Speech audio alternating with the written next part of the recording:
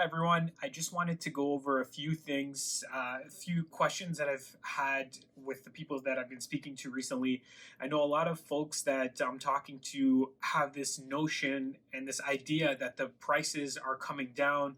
One lady that I spoke to even said that she thinks her home price must have dropped 100 to 200,000. It's about a $900,000 home, and I just wanted to address those concerns that people have. That is simply not true. The prices have not come down, not even close to that much. In fact, I pulled up Market Watch. So this is from the Toronto Real Estate Board. These are official statistics.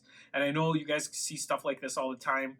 But the reason I want to bring this up is because most people understand that the highest prices that we've experienced came in the spring of 2017.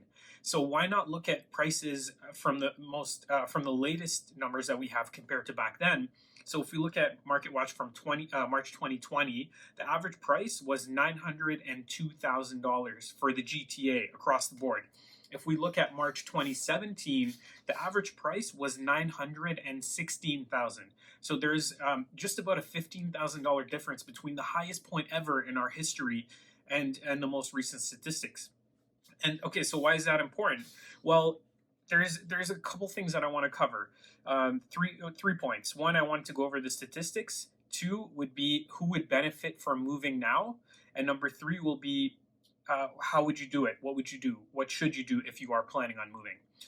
So we looked at the statistics. Now let's talk about who would benefit from moving now. Obviously, there's certain people who feel very concerned about moving and having people over, especially if they're a little bit older, and that's totally understandable. But let's look at first-time home buyers. If you've been saving money for the last little while and you've been able to put aside money for a down payment, why wouldn't you buy now? What would stop you from doing that? If you plan on being in that home for the next 5+ years, then this is the perfect time to do it. The interest rates are low. Obviously people are afraid, so you can get your hands on something. Number two, if you're upsizing, if you've been in a small condo or you're in a small house and you've got a growing family, typically the first time home buyer homes hold their value pretty well. But usually it's the more expensive homes that feel the impacts of a reduction in demand. So their prices are impacted a little bit more. So you can benefit in that way if you're looking to upsize. And number three, which is I think really important, if you are planning on buying a home with an income suite. So let's say you are in that single family home right now, 3-bedroom house, and you've got a small family. Well, perhaps you want to move into a slightly larger home that has a basement apartment where you can generate some income for yourself. The numbers are going to be really good for you. So just something to think about there. So let's talk about what you should do. If you are considering making a move, the most important thing right now in this type of market is to sell your home first, because that's where sometimes people, where there's a bit of an unknown. I think buying right now will be easier. A lot of people are not leaving their homes right now to look at opportunities, and I'm not suggesting that we should do that. There are ways to look at homes virtually and stay safe.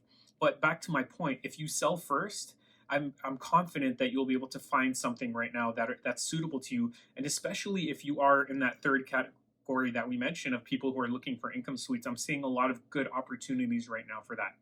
So I want to leave you with this message. If you want to talk about it, I'm going to leave a link in there where you can book a call with me. I'd be more than happy to discuss it. Even if you just want to talk strategy, you just want to get things off your chest, you want to just have that conversation about it, let's do it. And the last thing I'm going to leave you with is that I'm not just talking about this. I'm personally taking action myself. I have signed paperwork for my biggest real estate purchase, and this was just maybe two weeks ago. So again, I'm not telling you guys what to do and then not following my own advice. I am taking action, and if you are ready to take action, I'd love to have a conversation with you.